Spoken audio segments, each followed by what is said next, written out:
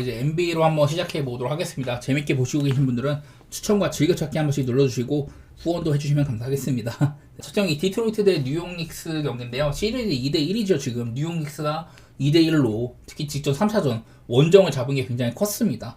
사실 이 시리즈는 진짜 예측이 안 돼요. 저도 사실 이거 별로 안 건드리고 싶거든요. 난 처음에는 그래도 뉴욕 닉스가 워낙에 좀 경험도 앞서기도 하고 디트로이트가 이제 플레이오프를 맛보는 애들이 굉장히 적어요. 난 그래서 생각보다 디트로이트의 패기는 알겠는데 정규 시즌 내내 디트로이트가 꽤나 잘했습니다. 뉴욕 닉스가 그래도 플레이오프 경험도 있고 플레이오프에 알맞는 이런 팀 색깔을 가지고 있지 않나 이런 생각들을 했는데 오히려 디트로이트의 패기 같은 것들이 더 눈에 들어오는 상황이에요.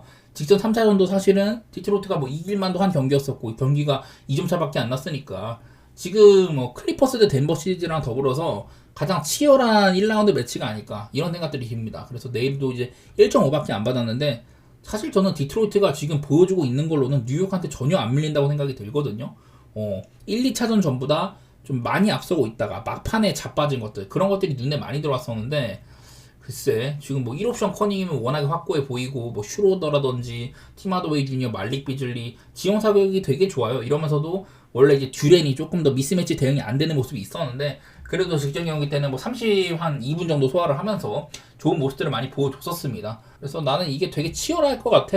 그래서 원래 이거 언더보드 보기가 힘들었었거든요. 글쎄 나는 원래는 처음에 좀 언더를 많이 좀 생각을 했었는데 얘네들의 시리즈를 지켜보고 있으니까 이게 그냥 많이 주고받는 게 많이 보여요. 얘네들이 뭐 3점 같은 게 대단히 막 특별하게 잘 들어간 것도 아니고 두 번째 경기 때는 조금 언더 게임이 많이 나오고 그랬었는데 그냥 이 경기는 예측이 안 되는 경기라고 생각이 듭니다. 네, 저는 그냥 오바 정도만 좀 보고 싶네요. 나는 개인적으로 뉴욕을 응원하긴 하는데 와 뉴욕을 응원하는 입장에서 디트로이트가 생각보다 많이 잘합니다.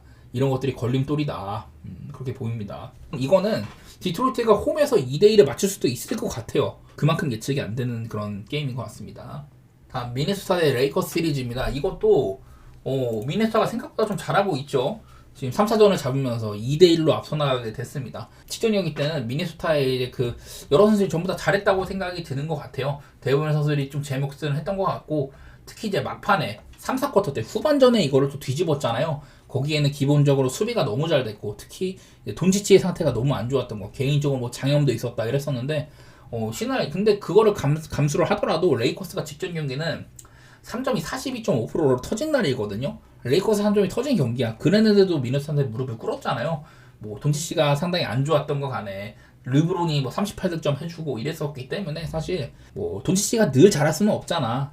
그런 것들을 생각하면은 물론 뭐 장염이란 이런 컨디션적인 부분이 있었다고 합니다만은 저는 레이커스가 사실 좀 잘 싸우고도 진 경기라고 생각이 되긴 하거든요. 그날 보니까 웨다네스 30득점에다가 앤트맨도 29득점하고 랜들도 지원 사격해주고 그리고 가장 이제 좀 보였던 거는 고베어가 지금 이제 레이커스 선수들과 싸웠을 때 루디 고베어가 레이커스 선수들의 필드골을 막았을 때는 32.4%로밖에 허용을 안 했다.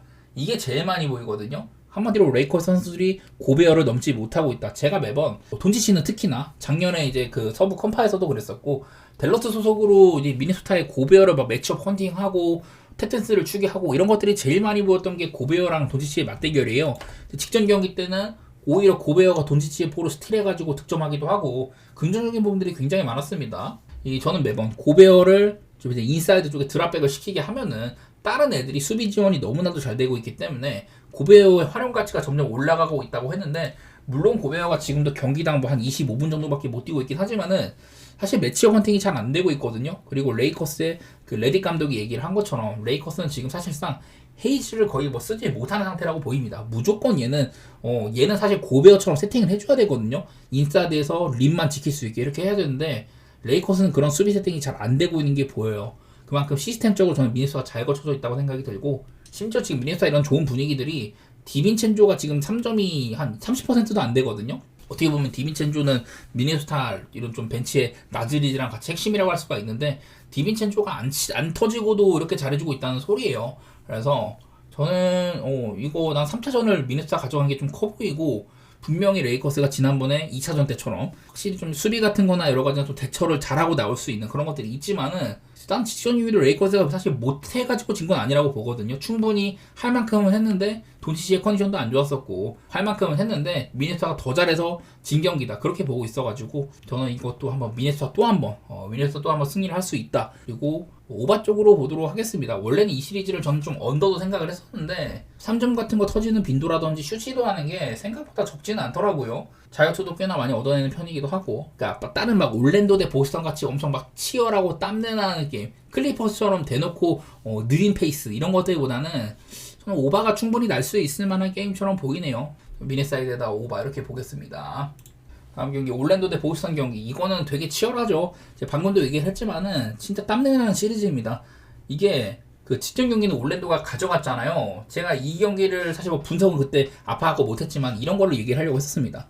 양 팀이 최근 10번의 맞대결 중에서 매번 홈팀이 승리를 했다.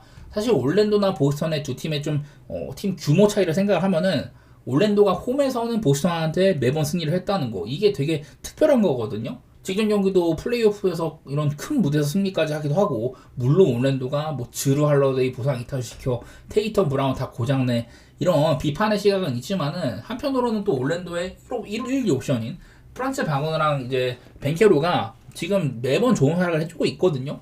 그게 제일 큰 것 같아. 올랜도는 원래부터 수비적인 팀이고 플레이오프에서는 좀 이런 좀 배드보이즈 같은 상대를 좀 부상시키고 되게 좀 뭐 그런 거는 있다고 합니다만은 올랜도는 본인들의 스타일을 잘 내비친 거라고도 할 수가 있어요. 이 와중에 팀의 1, 2 옵션 벤케로나 바그너까지 터져줬다. 이게 제일 크거든요. 그 정도면 올랜도가 까다로울만 해. 그렇게 보는데 저는 그런 건 있는 것 같아요. 사실 올랜도가 이제 그 작년에는 홈에서 29승 12패였었거든요. 근데 올해는 이 바그너 벤케로가 고장난 기간도 길었지만은 사실 홈승률이 작년만큼은 아니었다. 이게 제일 많이 보입니다. 벤케로나 바그너도 사실 특히나 벤케로가 야투 기복이 상당한 애인데 지금 3경기 때 터지고 있잖아요. 나는 벤케로가 이번 시리즈 내내 잘해줄 거다 그런 생각은 별로 없단 말이야. 저는 벤케로가 이 4번째 경기나 5번째 경기 때 한 번은 다 빠질 수 있다고 보거든요. 그럼 보스턴이 되게 쉬운 게임을 하겠죠. 그리고 보스턴은 올 시즌 뭐 물론 직전 경기 올랜도 원정에서 패배하긴 했지만은 올 시즌 원정에서 33승 8패 역대 2위 기록입니다. 2위 기록. 이게 보스턴이 올 시즌에 원정에서 거둔 이 성적이 골든 스테이트가 73승 했던 시즌 그때 이후로 두 번째로 좋은 기록이라고 하거든요. 보스턴 내부적으로도 그 보스턴 셀틱스의 역사에서도 가장 좋은 기록이라고 하기도 하고, 그만큼 보스턴은 올 시즌 원정에서 정말 좋은 모습을 보여왔습니다. 물론 뭐 이제 드루 할러데이 못 나오고 지금 뭐 브라운이 손가락 쪽에 문제가 있다고 하죠. 테이텀도 부상이 있고 보스턴이 물론 지금 좀 안 좋아 보이긴 하는데, 나는 근데 올랜도가 사실은 벤케로나 바그너가 이렇게까지 잘해주고 있는 건 사실 올 시즌 전체로 봐도 비정상적이라고 생각을 합니다. 이렇게까지 플레이오프라는 중요한 무대에서 이렇게까지 매경기 활약을 해줄 만하다? 저는 그 정도로는 안 봤거든요. 저는 그런 부분에서 한번 이제 뭐 당장 올랜도가 바그너나 벤케로가 자멸하는 게 오늘이 될지는 모르겠지만은 지금은 비정상적으로 잘하고 있는 거다. 그렇게 봐가지고 한번 보스턴 사이드에서나 언더 한번 또 노리고 싶네요. 사실 이게 나는 좀 아쉬운 게 보스턴이 지금 첫 경기도 졌는데 원정에서 핸디값이 이렇게나 높은 거는 좀 신경이 쓰여요. 난 이거보다 좀 더 내려와야 된다고 보긴 하는데, 사실 직전 경기도 보스턴이 모멘텀 자체는 가지고 갈 만한 적도 있었습니다. 그러다가 이제 3쿼터 때 확 이게 좀 잡았던 거라 가지고 보스턴 사이드에다가 언더 그렇게 보도록 하겠습니다.